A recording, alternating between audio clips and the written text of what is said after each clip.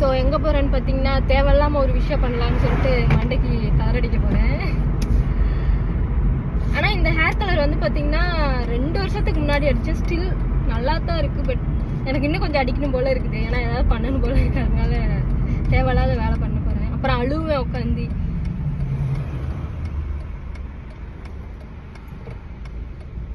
ஓய்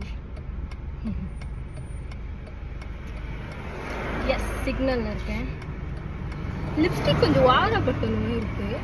it's okay, ஒரு நாள் தானே.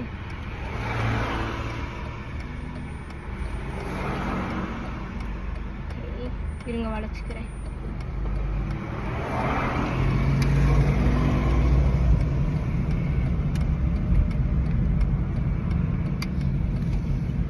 நான் கேமரா எடுத்துட்டு வந்து